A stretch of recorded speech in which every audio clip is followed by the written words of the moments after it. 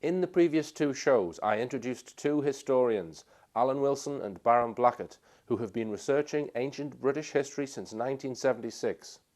They have published 9 books, and their discoveries include the genealogy of 2 King Arthurs, a dynasty of 80 British kings. They also claim to have located the resting place of the Ark of the Covenant, the Holy Cross, and other buried treasures. In the previous two shows, I outlined what seemed to be a serious attempt on the life of Baram Blackett, and also media smear campaigns and obfuscation attempting to discredit their work. The skullduggery does not end there. In this programme, I will be looking further at alleged corruption within Welsh authorities, starting with the Welsh Arts Council, who ran a book centre. One of the roles of the Welsh Arts Council was to read and assess manuscripts written by researchers who are seeking help in getting their work promoted.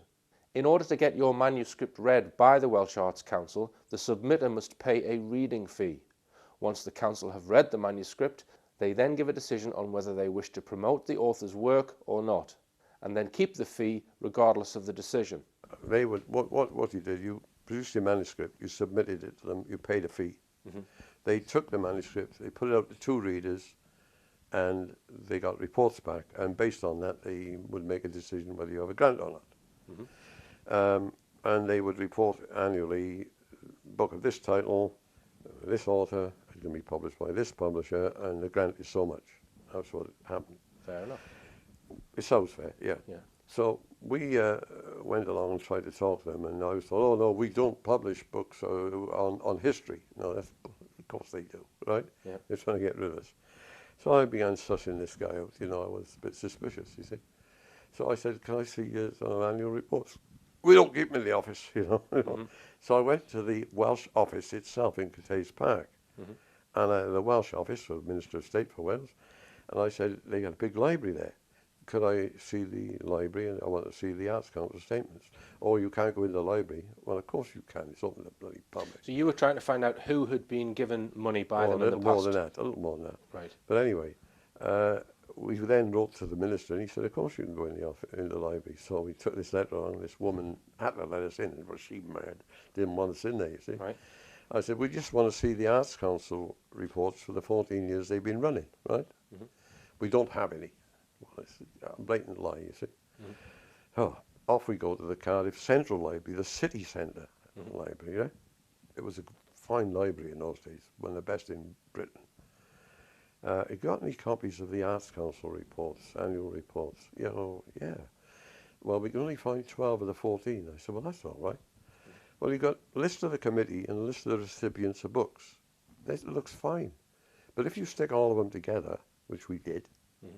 you know, a big long table, the recipients start moving over to the committee, and the committee start moving over to be recipients. They're playing musical chairs. Mm. And it's blatant, right? The revolving door syndrome. Yeah. So, and they're all university types, so they consider it to be a university. Hang on, this is the best bit. Mm. But we also noticed there were 7 books that had been published, maybe 8, but certainly 7, which had no author. Mm-hmm. No author at all. Now, no person employed by the Arts Council is entitled to apply for an Arts Council grant. They obviously avoid corruption. Well, it turns out these books without an author were being edited by the guy who ran the book section of the Arts Council, Mike Stevens. He was giving himself grants. Right. Then he had another bright idea. They ran a little bookshop, and then a young guy, he'd left school at 16, he was about 22 years old, and he was the shop assistant. Mm-hmm. So Mike Stevens set up the Welsh Academy. He rented a little office down in the Exchange building in the docks. Mm-hmm. Put a secretary in there, right, little girl, typewriter, and he made his shop assistant director of the Welsh Academy. He then gave him 50,000 quid for the Welsh Academy to publish an anthology. And the director of the Welsh Academy, the young shop assistant, gave the money to Mike Stevens to write the anthology. He'd given himself 50,000 Yeah, quid. and then his authorless book, so it can't be traced to him. Well, he helped himself to 50,000 quid. He didn't have it off the Arts Council, he had it off his pet academy. And was that ever exposed? Did he? Yeah. We submitted a book through a religious organisation in Birmingham. We said, submit this book for us. Yeah, I was going to tell you about this because this is quite interesting because Baram, as you mentioned, that you actually have to pay them a fee for them to read the book, and if they like it, they will then publish it and put money behind it. If they won't, they keep your fee. Yeah, they keep the fee for reading the book, right? But they have to read the book. Right. So, so no, we get this lot always on their knees in Birmingham, religious people, nice, beautiful people. Yeah. And we said, submit this book for us. But Baram stuck together with little bits of glue. He stuck together 80 pages. Little glue. So little dots of super glue. You'd have to break it. You can't open the page. And 80 pages couldn't be read, you see. So they sent it off for us, and it came back absolutely scathing. Red hot. You can burn your fingers, like terrible book. But all the pages were still glued together. Right. So they hadn't read it. They hadn't read it. So we then took them to court, right, because they'd accepted a fee and cashed the money without performing the service, and that's a criminal offence. Yeah. So now the Welsh Arts Council is in court. The Welsh Arts Council, and there's a very good cartoon which says, well, on the Western Mail, the guy with the at front page of the Western Mail, little article about it, and there's a guy and a lady in an evening dress with a cocktail in a hand glass, and there's a man in his evening suit and all that, but he's got a white stick and black glasses. You see, he's obviously blind, and he's saying, actually, I'm a reader for the Welsh Arts Council. Everybody was laughing, Right. Of course, it didn't do him any good. Yeah. So, but it still didn't get you any funding, though. Oh no, but you've exposed, a little bit of the corruption in that. Put it this way, we would like to see the place cleaned up. You don't have to give us the money, because we have always managed somehow anyway. But we'd like to see the place cleaned up, and it's never been. Yeah. Now, in the early 1990s, in the late 80s, 90s, you had cataracts. So I developed cataracts, and gradually I couldn't see hardly a thing. We'd had a guy back and forth that we'd met because we're planning to leave Cardiff, and so we've been looking along the south coast, Bournemouth, Brighton, Hove, along there, And we'd met a guy on there who was helpful to us. He seemed to attach himself to us, and he used to send us info. He'd come up to Cardiff. This is Ridgeway. He'd come up to Cardiff, and he had an accident on the way in his car. And so he was in Cardiff during that Christmas period. So he'd been staying at your property? Well, his car was in a hell of a state. He was trying to get it repaired, and he was stuck. He was on his way to Dublin, actually. And he was in a hell of a way, so we said he can stay here. We were a bit like that. Didn't worry us. He'd been living in the same property, and was he helping you with your research, this guy? Well, he rented a room. What's this chap's name? Leonard Francis Green. But he's got several different names, aliases. Yeah. In 1991, there was a report in the press about some stolen paintings. My colleague said to me, look, he said, let's get out of this. And we came up to Newcastle for the Christmas, the family there. And she said, get on the train, you'll be all right, get off the other end. You don't have to see where you're going then with you, And so we spent Christmas up here, got back in the New Year, And apparently there were 3 ancient paintings stolen from a church in Glamorgan, out in the sticks, country lanes and all that. Cut a long story short, they arrested me and claimed that I was the thief, and they had an eyewitness to me doing it.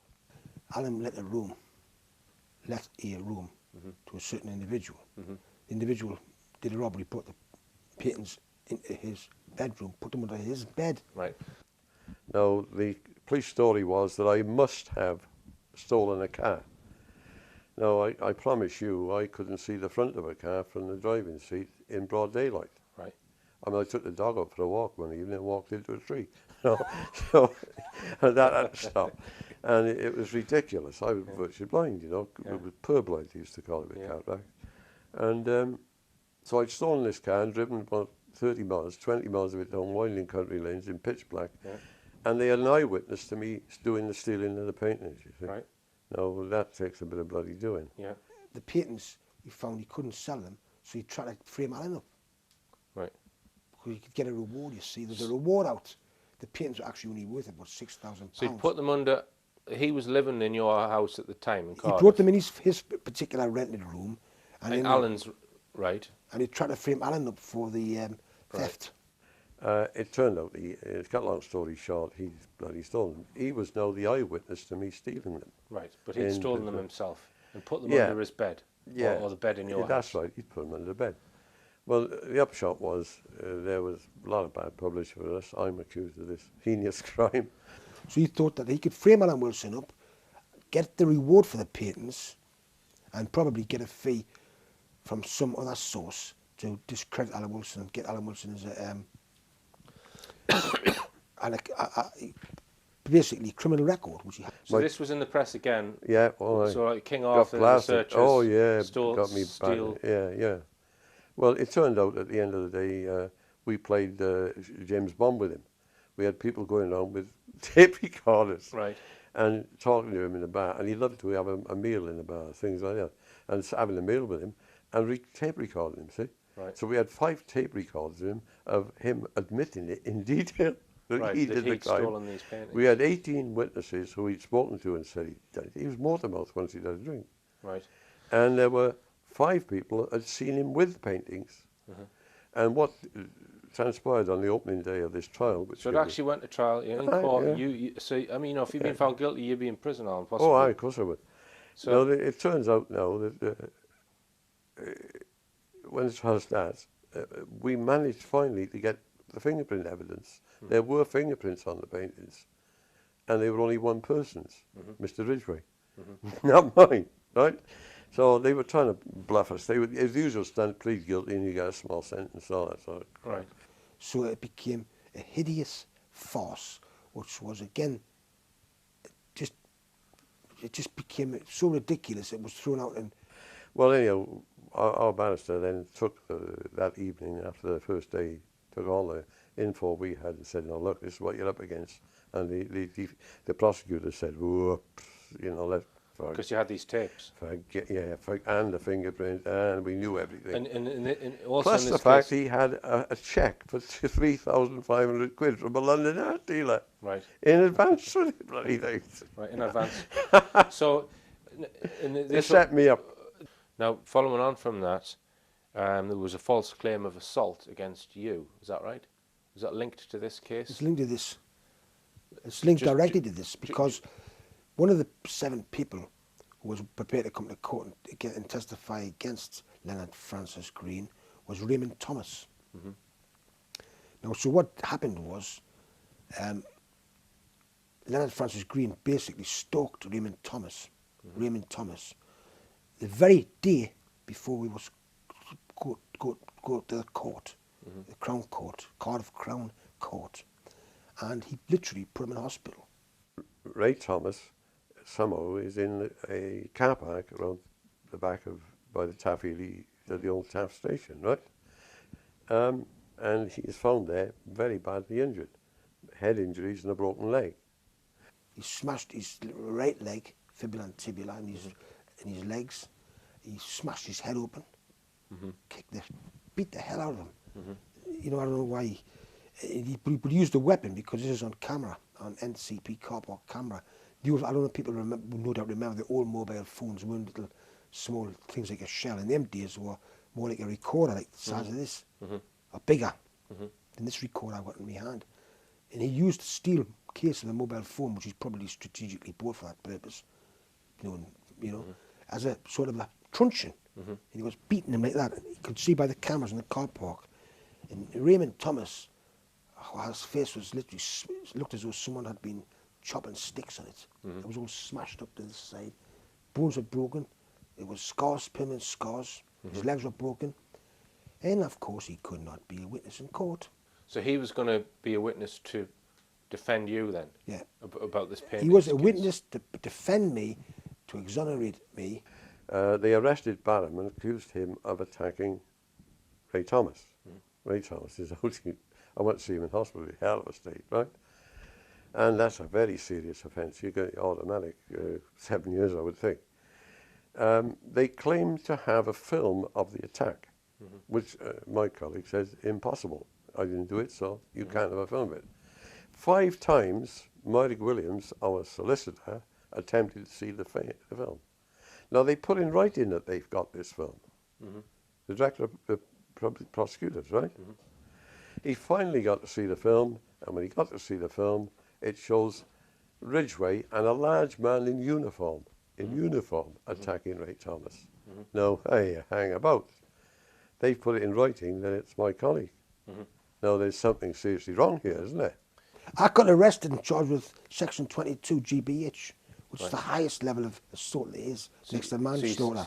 So he's obviously got connection with the police in order, or he's gone and persuaded the police that you've done that. Even exactly. Though, but they had CCTV camera of it, but showing it wasn't you, and they still arrested you. Is that right? There's a Mr. Hughes from the Crown Prosecution Service which sent a letter that I was seen on CCTV cameras in the NCP car park, Cardiff, actually assaulting Mr. Raymond Thomas, which is not true. Who was actually on the cameras? Now, this is from Mr. Hughes of the Crown Prosecution Service. Who actually assaulted Ray Thomas on the cameras is Leonard Francis Green and another man. So what was the CPS saying? They were saying it was trying to incriminate me, and is that which in is writing? a criminal offence. I've got it in writing, yes, I have absolutely got that in writing. Right. So yeah, they now try and drop the case against my colleague from the... It's got to go before the stipendiary magistrate, Sir Lincoln Hallam, who was no fool and a tough guy. Right. And the prosecution came up and went to the Lincoln Halligan and said, listen, we wish to drop the charge from Section 22 to common assault. They sent along some solicitor, one of these guys that hangs around the court looking for a bit of business. The public prosecutor didn't turn up. Right. So Hanlon says, hey, wait a minute, you want to drop this from the most serious charge in the calendar for attacks and assaults against Baram, to the most minor. He said a punch on the jaw in a bar. He said, what is this all about? Of course, the guy couldn't tell him. Right. And his uproar. And Lincoln Halligan looked perplexed. He said, what is this? It's some sort of pantomime or whatever. And finally, he was bewildered and I was bewildered because Ray Thomas actually turned up and he was going to say, I'm not the one who assaulted him. It was Leonard Francis Green.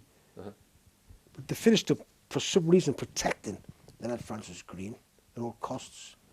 And they finished up saying, well, we're going to charge you with common assault, which means £50 fine.